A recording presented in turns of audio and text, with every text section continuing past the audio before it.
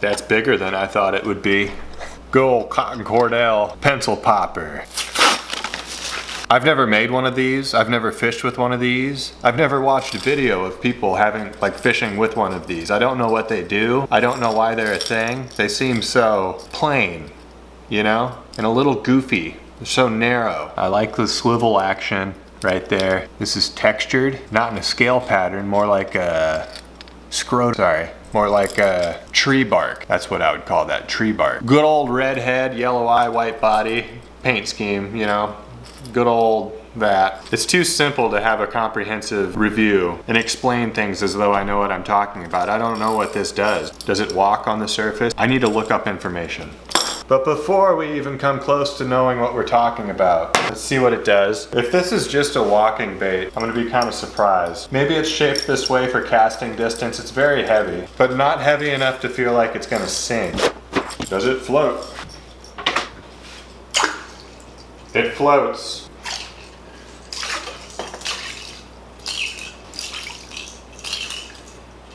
What the heck? There it turned off to the side. If you just pull, it doesn't do anything. It just skitters along the top. Jerk it, jerk it. What is this supposed to do? This is making me more confused. Is that it?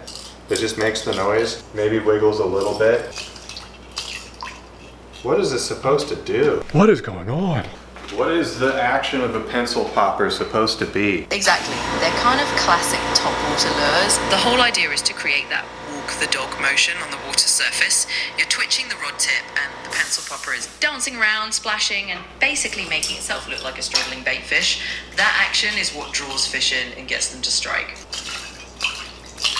That's not basically a walk the dog action. What was the first fishing lure company to make a pencil popper? One of the earliest companies that made them popular was actually Rebel. They came out with their own version of a pencil popper quite a few decades ago. Was cotton cordell earlier than that? You got me there. Okay, I think I'm gonna end up much more preferring a good old walk the dog spook style heading hot dog bait, you know, but we have a big 7-inch pencil popper to deal with. Let's try to go catch a fish with it. It's probably more of a saltwater bait, you know, like you can just rip this across the surface like a psycho and then a 30-pound jack will come up and slam it. That kind of fishing. Maybe we'll get a pike to take interest. I feel like going to the Mississippi. We need some big waters for this bait.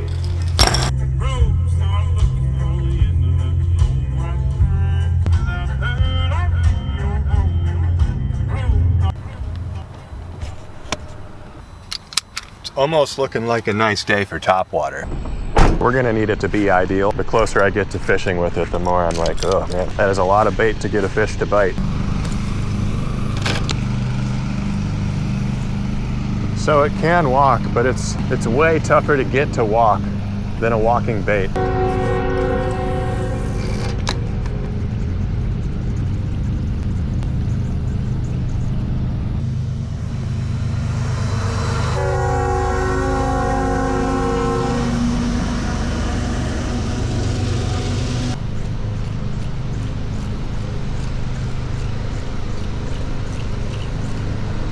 See, it can walk. It's just... You guys are probably like, yeah, duh. That's what a pencil popper does. And I'm over here trying to prove something. The fish aren't biting at all. They're not even wanting a 3-inch prey bait. It's been about an hour. I can tell. I need to get out of here. Let's get out of here. Getting the lathe out today. Pencil popper, wood lathe. You know, there's pretty much no other way to make one, I would assume. I've never made one, but didn't even mark anything out. Just slamming a piece of wood in here, hacking away at it.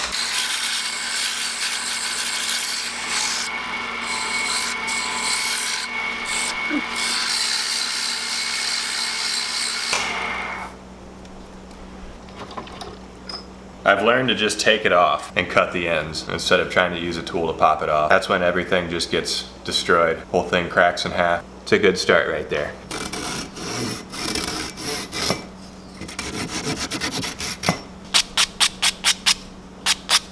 We have to cup its tiny face. We use a Dremel bit. Just immediately screw up. It's a happy mistake, it's no big deal. Just desperately trying to implement the Bob Ross method. Happy mistake.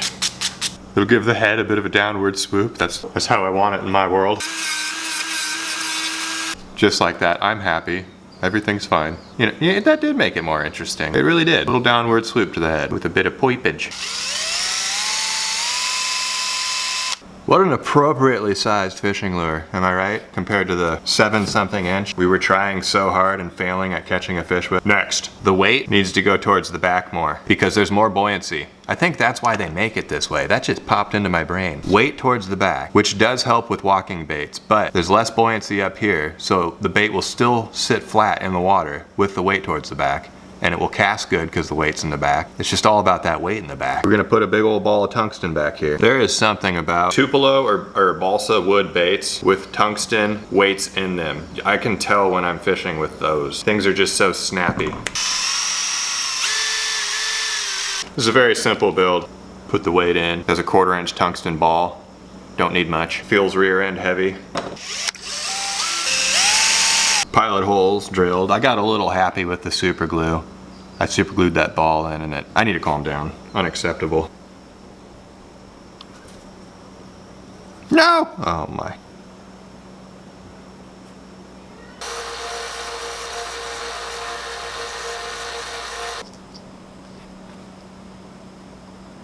That's what you want. I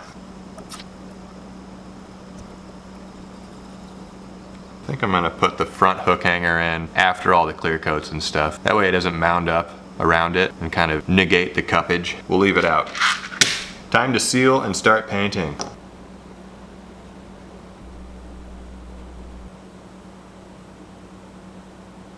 Gonna start with white. Now gray, because I'm gonna put another UV coat on this real quick and it's gonna have stuff in it, and the gray will help that stuff show up. Vice City, 8-bit baits, hollow ship. Shifty. That looks great. I like the Vice City colors. You can't see it, but there's a lot of green in there. Okay, we're gonna stick towards the top with some very shiny scales. Aluminum, coming in from this angle only. Scale reveal. I just want to let the 8-bit bait powders speak with this bait. That usually makes for a very good looking bait.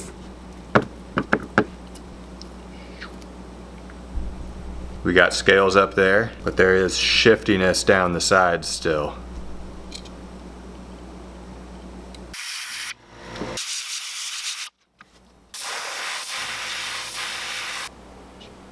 That's a good eye. It's gonna let the shiftiness speak. We're just letting things speak today, you know? It's a valuable life skill. You see that blue and how it shifts as well? I painted that on over the 8-bit. That is ultraviolet candy color. I had no clue it would do that, but it shifts with the freaking 8-bit powders. Why? It's gone, and then it's there. It's on the gill a little bit right there, but it doesn't shift. If it's over the 8-bit powders, it does. Wow. Clear coat. That clear coat made it so much more colorful. That was a powerful clear coat right there.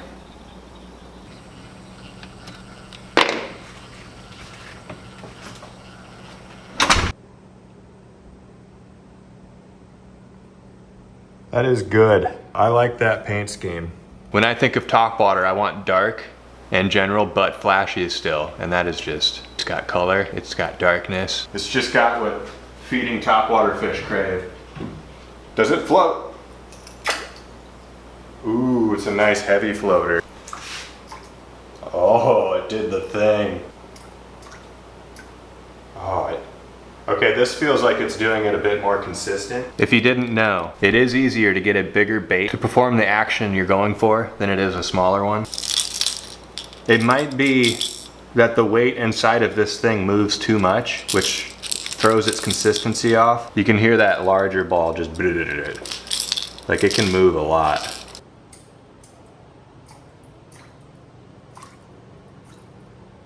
Nice. Snag. Uh-oh, fellas. Are we gonna lose it?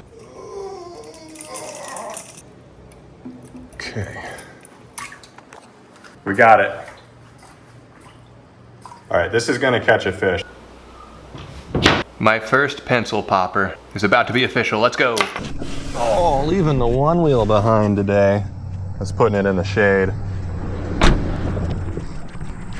We're gonna walk the creek. When you walk, you give yourself more opportunity instead of just the holes that are accessible from the trail, you know? That is completely unnecessary to explain, but I feel like I talk more when I walk. Walking really gets the mind going, you know? So shiny.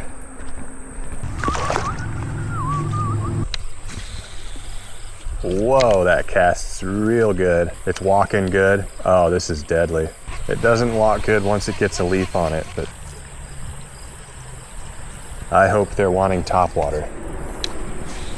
Dude, you can get it to go back and forth like once every millisecond. It's probably not the best way to work it, but you can do that. Okay, that's a super consistent, very easy to get going walking bait. Very accurate to cast. I'm seeing the appeal, just not seeing a fish yet. Dude, that has to be so good when the water's high. A tunnel under the creek. Oh, we just had our first hit. Probably a green sunfish. Oh, that was a hit. I see a massive northern hogsucker down there. It's tough today. Right in front of me. Come on, get hooked up. This is insane. That's like the 6th or 7th hit. No fish. It's not a big bait. These are extremely sharp hooks. The back one's off of a little whopper plopper, so you know it's good. What the heck? There's a pretty good hole up here. Let's try that. Sorry, I just had to get that out of my system. Anyway, it's looking pretty juicy up here. Let's give it a go. Got him. Oh, I'm gonna lose this fish. It's gotta go through so many rocks right here. Come on, come on, come on. It's official. Smallmouth with nice big bellies. The most gorgeous patterns you can imagine. Like the topwater pencil poppers. Be free. Oh, that was a one day. 2:28. I started at like 9 o'clock this morning. One day. Oh, come on. They are diving at this thing and not getting hooked up. Intercreekontinental missiles. Oh, come on. There we go. Little guy. Stay hooked. Stay hooked. What are you? Smallie. Little smallmouth, like pencil poppers. Earned his freedom. Oh, this is a really fun creek fishing bait. They're just being weird today. You can cast it so accurately and so far, and that is very important when you're creek fishing, more so the accuracy thing. Fish, I think. Yeah, it's still on. Woohoo! It's shooting in. What do we got? Rock bass, second species. That fish just got oxygenated as it shot through the water with its mouth open. Rock bass, like little pencil poppers.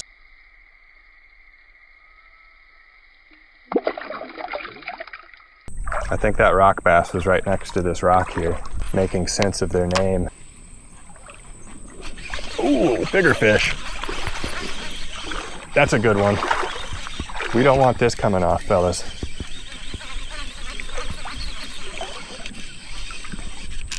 Ooh, took some drag. Ooh. It's okay, I can walk to you.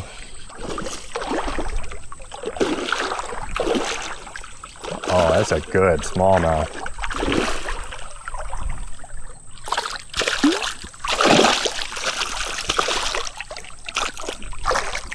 I'm touching the line, about to lose it.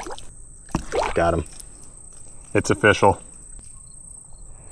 That is what you go for when you fish this creek, right there. Big smallie, like little pencil poppers. This bait is proving itself.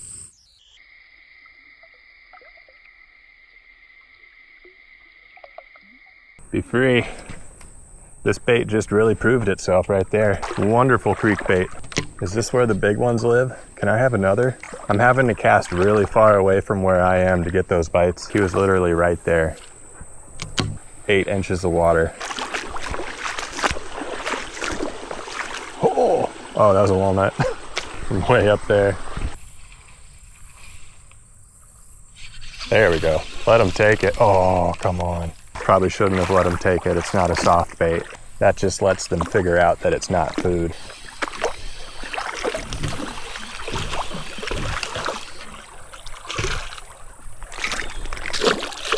Well, that was another smallmouth. I almost put my hand above that. Just about got hooked. That was another smallmouth. It was the liveliest one of the day. Ha! It's another smallie.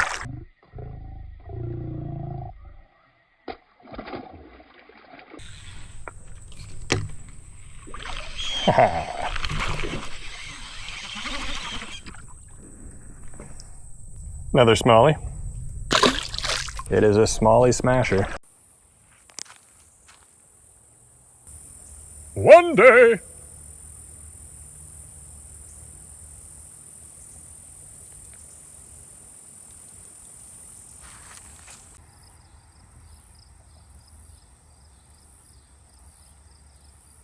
Been meaning to shout this hat out. Thank you, Mark. From the Texas School of the Blind and Visually Impaired. Some students helped him make a couple hats for me. Thank you, thank you.